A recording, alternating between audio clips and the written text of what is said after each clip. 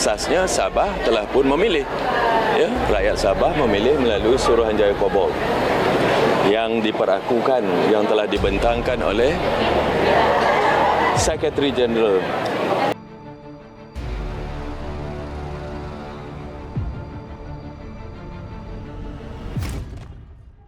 Bayangkan sebuah pulau raksasa di Asia Tenggara. Pulau itu bukan sekedar daratan biasa. Ia adalah salah satu wilayah dengan kekayaan alam paling melimpah di dunia. Hutan tropis yang membentang luas menjadi rumah bagi keanekaragaman hayati yang tak tergantikan. Sungai-sungainya mengalir panjang, membawa potensi energi yang belum sepenuhnya dimanfaatkan. Di bawah permukaannya tersimpan cadangan minyak dan gas yang selama puluhan tahun menjadi tulang punggung ekonomi regional. Pulau itu adalah Borneo, pulau terbesar ketiga di dunia yang terbagi antara 3 negara, Indonesia, Malaysia, dan Brunei. Namun cerita yang akan kita bahas bukan hanya tentang geografi. Ini adalah cerita tentang ketimpangan, peluang, dan perubahan arah masa depan. Di bagian utara pulau ini terdapat 2 wilayah penting, Sarawak dan Sabah. Keduanya merupakan bagian dari Malaysia sejak tahun 1963 ketika federasi tersebut dibentuk melalui kesepakatan yang dikenal sebagai Malaysia Agreement 1963 atau ME63. Dalam dokumen tersebut, Sarawak dan Sabah tidak dimaksudkan sebagai wilayah tambahan biasa. Mereka masuk sebagai mitra dalam pembentukan negara. Namun lebih dari 6 dekade kemudian, muncul pertanyaan yang terus berulang. Apakah posisi sebagai mitra setara itu benar-benar terwujud dalam praktik? Untuk menjawab pertanyaan ini, kita perlu melihat angka. Sarawak saat ini merupakan salah satu kontributor utama ekonomi Malaysia. Dalam beberapa tahun terakhir, wilayah ini menyumbang sekitar 9 hingga 10% dari total produk domestik bruto nasional. Angka ini menempatkannya sebagai salah satu kekuatan ekonomi penting di dalam federasi. Namun kontribusi terbesar Sarawak sebenarnya datang dari sektor energi. Minyak dan gas menjadi tulang punggung ekonomi wilayah ini. Dalam beberapa laporan, sektor ini menyumbang lebih dari 50% pendapatan pemerintah Sarawak. Perusahaan energi nasional Malaysia Petronas memainkan peran besar dalam pengelolaan sumber daya tersebut. Selama puluhan tahun, eksplorasi dan produksi minyak serta gas dari wilayah Borneo menjadi salah satu sumber utama pendapatan negara. Namun, disinilah muncul ketegangan. Meskipun menjadi penghasil utama, bagian yang diterima oleh daerah dalam bentuk royalti selama bertahun-tahun berada di kisaran sekitar 5%. Angka ini sering menjadi sumber perdebatan. Bagi sebagian pihak di Sarawak dan Sabah, angka tersebut dianggap tidak sebanding dengan kontribusi yang diberikan. Mereka melihat adanya ketimpangan antara apa yang dihasilkan oleh wilayah mereka dan apa yang kembali dalam bentuk pembangunan. Jika kita melihat kondisi di lapangan, gambaran ini menjadi lebih kompleks.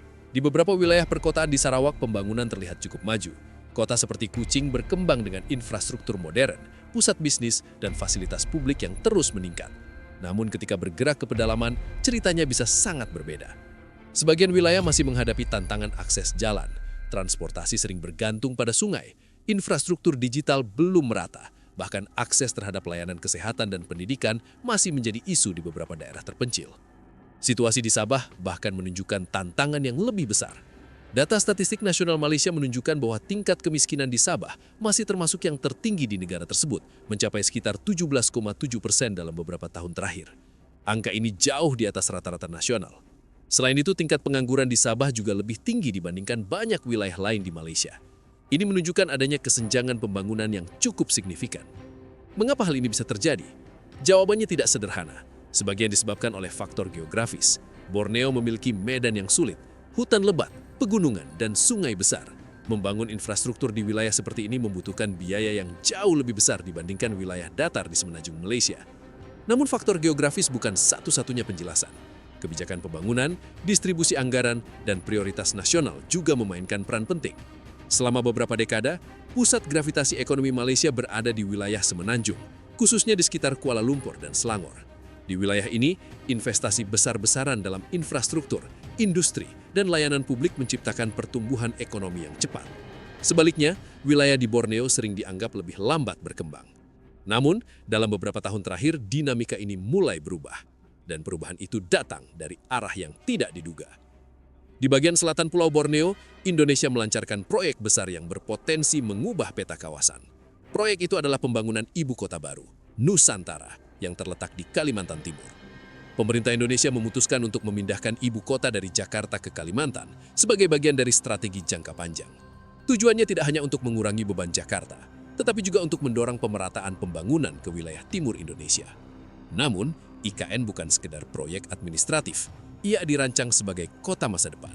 Konsepnya mencakup penggunaan energi terbarukan, sistem transportasi pintar, pengelolaan lingkungan yang berkelanjutan, dan integrasi teknologi digital. Proyek ini membutuhkan investasi yang sangat besar.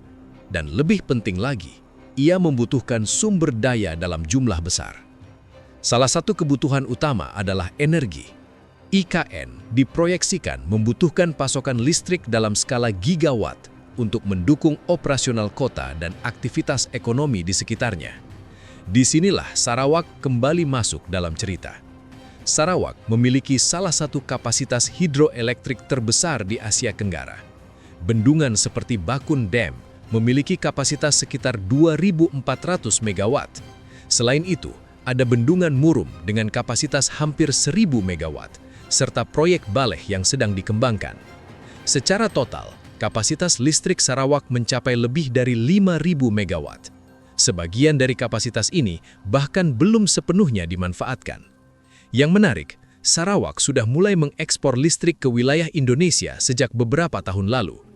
Interkoneksi listrik antara Sarawak dan Kalimantan menjadi salah satu contoh nyata kerjasama lintas batas di sektor energi. Ini menunjukkan bahwa hubungan ekonomi antara wilayah di Borneo tidak lagi terbatas oleh batas negara. Yang lebih penting adalah kebutuhan dan peluang.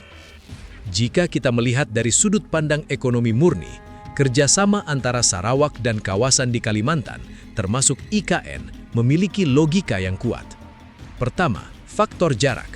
Secara geografis, Sarawak jauh lebih dekat ke Kalimantan dibandingkan ke pusat ekonomi di Semenanjung Malaysia. Ini berarti biaya logistik lebih rendah. Kedua, faktor kebutuhan. IKN membutuhkan energi dalam jumlah besar, terutama energi bersih. Sarawak memiliki kapasitas untuk menyediakannya. Ketiga, faktor global. Dunia saat ini sedang bergerak menuju transisi energi. Permintaan terhadap energi terbarukan meningkat. Wilayah yang memiliki kapasitas produksi energi bersih akan memiliki keunggulan strategis. Dalam konteks ini, Sarawak berada dalam posisi yang unik. Ia memiliki sumber daya, kapasitas, dan lokasi yang mendukung. Di sisi lain, perkembangan teknologi informasi juga memainkan peran penting.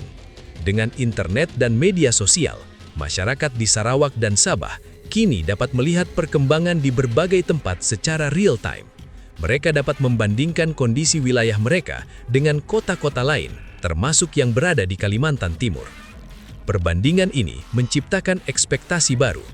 Generasi muda tidak lagi melihat batas negara sebagai penghalang utama. Mereka melihat peluang. Namun, penting untuk ditekankan, perubahan ini tidak berarti adanya pergeseran kedaulatan.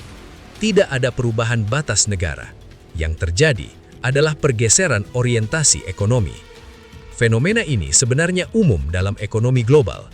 Wilayah yang berdekatan secara geografis dan memiliki kepentingan ekonomi yang saling melengkapi cenderung membangun hubungan yang lebih kuat.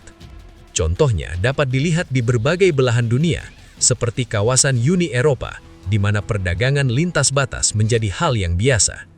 Kembali ke Borneo, dengan semua faktor yang ada, sumber daya, lokasi, proyek besar seperti IKN dan perubahan global, pulau ini memiliki potensi untuk menjadi salah satu pusat pertumbuhan baru di Asia Tenggara. Beberapa inisiatif regional seperti BIM-EAGA, Brunei, Indonesia, Malaysia, Philippines, East Asian Growth Area juga menunjukkan arah menuju integrasi ekonomi yang lebih kuat. Dalam skenario ini, Borneo tidak lagi menjadi wilayah pinggiran. Ia menjadi pusat. Namun, masa depan ini tidak datang dengan sendirinya.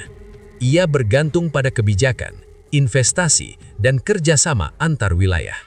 Jika dikelola dengan baik, potensi ekonomi Borneo bisa berkembang pesat. Namun jika tidak, kesenjangan yang ada bisa tetap bertahan. Pada akhirnya, cerita ini bukan hanya tentang Sarawak, Sabah, atau IKN. Ini adalah cerita tentang perubahan, tentang bagaimana sebuah wilayah yang selama ini berada di pinggiran mulai menemukan posisinya di tengah peta baru ekonomi global. Dan seperti semua perubahan besar dalam sejarah, Pertanyaannya selalu sama. Siapa yang siap beradaptasi dan siapa yang tertinggal? Karena di dunia yang terus bergerak cepat, yang menentukan bukan hanya kekuatan, tetapi kecepatan dalam membaca arah masa depan.